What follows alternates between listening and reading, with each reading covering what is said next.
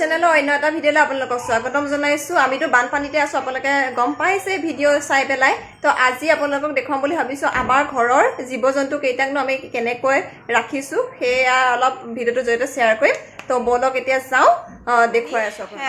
হাঁহকেইটা এইখিনিতে ৰাখিছোঁ, এনেকৈ টিং দি পেলাই থৈছোঁ আৰু সিহঁতক ইয়াৰ ভিতৰতে থৈ দিছোঁ। এইকেইটা হাঁহ আছেগৈ আমাৰ, আৰু আমাৰ এইজনী গৰু পোৱালিজনী ইয়াতে আমি ৰাখিছোঁ। আৰু এয়া অকণমান দানা দিয়া গৈছে, তাই খাই আছে। এয়া চবফালে পানী, এয়া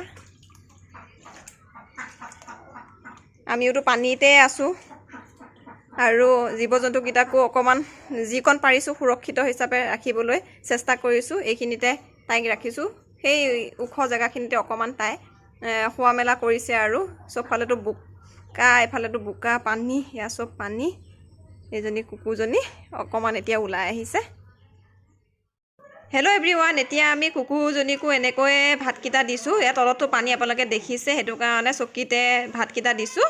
এনেকৈ তাইক বস্তা পাৰি দিছোঁ, তাই চকীখনৰ ওপৰতে শুই থাকিছে। আৰুনো ক'ত থাকিব কওকচোন, জেগাই নাই থাকিবলৈ বেচেৰীজনী। এনেকৈ ৰাখিছোঁ আৰু তাইকো।